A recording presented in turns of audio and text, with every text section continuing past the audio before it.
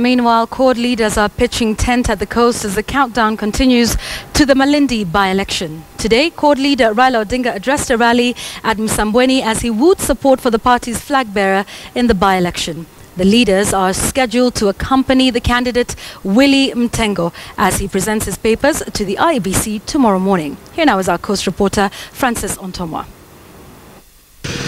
Exactly 1 month to the Malindi by-election, and the CORD top brass is now sending warning to MPs and lawmakers who've since declared that they want to really bolt out of the party. They include the likes of Kilifi North Member of Parliament Gideon Mungaro, Hatibu Mwashitani of Lunga Lunga, Kwale Women Representative Zainab Chizuga, and Likoni lawmaker Mwalimu Masood Mwahima. These are some of the MPs who since declared that they want to jump ship from the CORD coalition to Jubilee coalition. These are pronouncements that have received a lot of backing from members of parliament from the region, and especially CORD leader Raila Odinga. Wale wabunge wanaoasi wengine wako kule Malindi. Jumanne tukifungua bunge tunawatoa katika kila kamati ya CORD wakae nje. Hakuna chochote ambayo Jubilee imefanya. Wamebaki sasa na miezi 18, hawajafanya kwa miaka 3.5, hawezi kufanya miaka 18 ambayo imebaki. Kama wewe huko upande mwingine, wachilia hii tikiti yetu wewe kama ni kweli, kisha urudi kwa ground tupambane na wewe. The Malindi seat has a lot of significance to the CORD coalition, who will be trying to employ the out-and-out approach to recapture this particular seat left vacant by the appointment of Dan Kazungu to the cabinet position in the Jubilee government. Well, machineries are already on the ground, and tomorrow William Mtengo will be accompanied by CORD leader Raila Odinga and a host of other top leaders, including Moses Wetangula, who is a CORD co-principal, as he'll be now going to present his nomination papers. There has been a lot of discussions regarding the documents, or rather the academic qualifications of William Mtengo. Some saying that he may have forged documents to get appointments at Kenya Ports Authority. These are allegations that CORD has since rubbished off as mere propaganda being leveled by the Jubilee coalition. Watu wa Kwale wameshanituma hivi sasa mpaka kiti nikichukue. Hii kiti ya CORD mulipatia huyu Dan akapigwa mnada, akaenda msitupatie mwingine. Well, Malindi is largely dominated by the Giriama people, though Malindi town is a bit cosmopolitan, and several factors are expected to play out in this particular contest. And one of them is, of course, party allegiance. Smaller parties will also have a space to wrestle in this particular race. Sisi tunataka tushinde kura kwa kiwango ya hali ya juu safari hii ambayo inakuja. For an area largely labeled as an opposition turf, it will be interesting to see how this particular two-horse race pitting Jubilee and CORD will be playing out. My name is Francis Ontomwa for KTN News. Thanks for that, Francis. Now, over 1,500 families displaced by the recent unrest in Baragoy are now camping at the Catholic mission in Barcelona. Tension remains high in the area as the Samburu living around the Suyan area say they fear there could be revenge attacks from the aggrieved Turkana. The Kenya Red Cross Society is closely monitoring the situation. On Friday, Red Cross officials mobilized air travel for the critically injured, who include 2 children currently receiving treatment at the Kenyatta National Hospital. 6 others were moved to the Marilal Hospital. The conflict was triggered by a cattle raid. Now, Kenya continues to bury her dead soldiers killed during the Al-Shabaab attack in El Ade. Official information about the attack remains scanty, but Standard Group's Mark Obar has managed to piece together a story on the long road to El Ade. Eldoret. President Uhuru Kenyatta is attending a military ceremony. Together with Somali and Nigerian presidents, they are here to honor Kenyan soldiers who died in the worst attack on KDF in El Ade, Somalia. We fight because our cause is just. Because we want to restore a productive peace in Somalia, and we also wish to protect ourselves from an enemy that would seek to destroy us as well. Together we can and shall defeat terrorists, their sponsors and sympathizers. I want to assure you we will defeat them, and we will defeat them finally.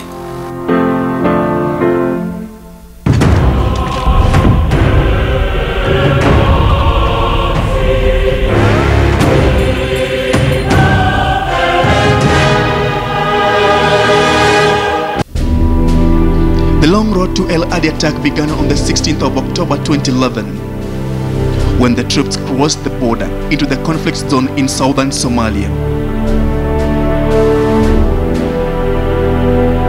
Now, from the time when Kenyan military made an incursion in Somalia, the Somali militant group that described itself as waging jihadists against the enemies of Islam have had the activities dramatically increased in Kenya. But on the 15th of January this year, they took the same war right inside KDF camp in El Ade, Somalia. But as you may soon find out, this was not just an attack on a military company, because this was a trophy to them. Kenya's entry into Somalia under the African Union Mission to Somalia, AMISOM, forced Al-Qaeda-affiliated militia group to leave the Somali capital city, Mogadishu, which they nearly placed under their control in 2011. It's not clear how many Kenyan soldiers were killed or captured in the 15th dawn attack, but this we do know.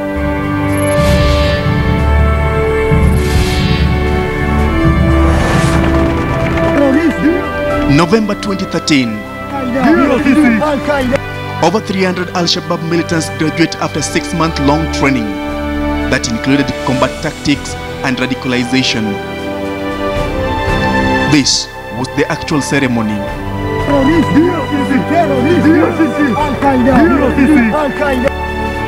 They will soon break into smaller units of police division, ground combat squad, and suicide bombers.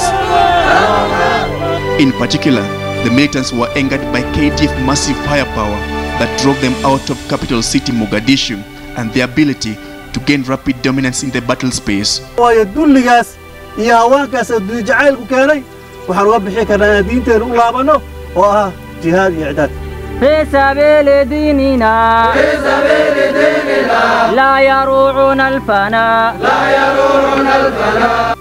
Shockingly, Suicide Bomb Team receives the highest number of volunteers.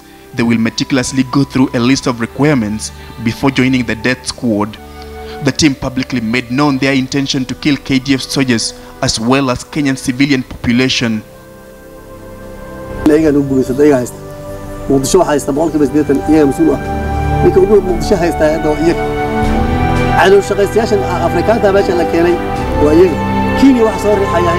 But even with this kind of determination, KDF managed to kill hundreds of Al-Shabaab troopers, foiling many attacks against innocent Kenyans. Al-Shabaab using suicide bombers is just keeping their trademark. It's nothing funny, it's nothing different. It's just showing that Al-Shabaab is as lethal as their counterparts elsewhere. 15th June, Kenyan military intelligence trailed a group of Al-Shabaab militants and neutralized their threat, just as they attempted to attack a military camp at Baure area, Lamu County. They fatally miscalculated their approach, and many of them did not live to see the dawn of the day. KDF killed 11 of the Al-Shabaab militants. The Baure attack was an indication that Al-Shabaab had changed tact. Being the key determinant in Somali peace, KDF knew that the war by the extremists targeted their very existence in Somalia. With our other allies in AMISOM, we will continue in Somalia to fulfill our mission. Tactically, KDF firepower is much bigger than that of a partially trained bunch of radicalized youth. But even then, a more intriguing factor would be to make a hands-on assessment on the AMISOM bases in Somalia. The El Ade base was a typical combat outpost with extra jurisdictions, not subjected to civil applications and directly operated by the Kenyan military. The El Ade camp, as you said, had extra legal implications or issues because it's located right at the border of Sector 2 and 3. And it's in Sector 3 that we have problems with Al-Shabaab. But Sector 3 was given specifically to Ethiopian troops, and Ethiopian troops have kind of refused to clean it up. And so the extra legal issues involved in El Ade have to do with, will Ethiopia allow Kenyan forces to get into Sector 3 and clean the mess in Sector 3? And as such, modern surveillance technology should have detected and neutralized the militants while several miles away. Where was modern-day technology in Somalia? $1 million question. I wish someone could answer me that. Night vision goggles, drones, night vision drones, and you know, other APCs, for example. We would have had our men jump into armored personnel carriers. Where they were, I'm yet to know. If they must inflict serious injuries on KDF, they will have to look for a better intelligence, and the task of supplying that intelligence falls to anyone, including the locals in Somalia. These fighters, what time of the night did they begin to gather? Did they gather in the town, or did they gather at a distance and walk the entire night so that they could not be recognized? And if that was done, wasn't there intelligence whatsoever? Or have we, in our national intelligence infrastructure, NIS, military intelligence, failed in gathering intelligence against the enemy?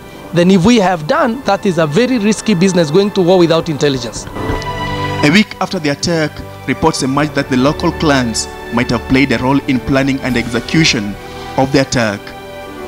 According to the report, 3 KDF soldiers who had escaped the massacre and hidden in a village elder's house were hunted down by Al-Shabaab and lynched together with their host after being allegedly betrayed by the villagers. November 2015, the Somali National Assembly overwhelmingly voted to have Kenyan troops withdraw from Somalia.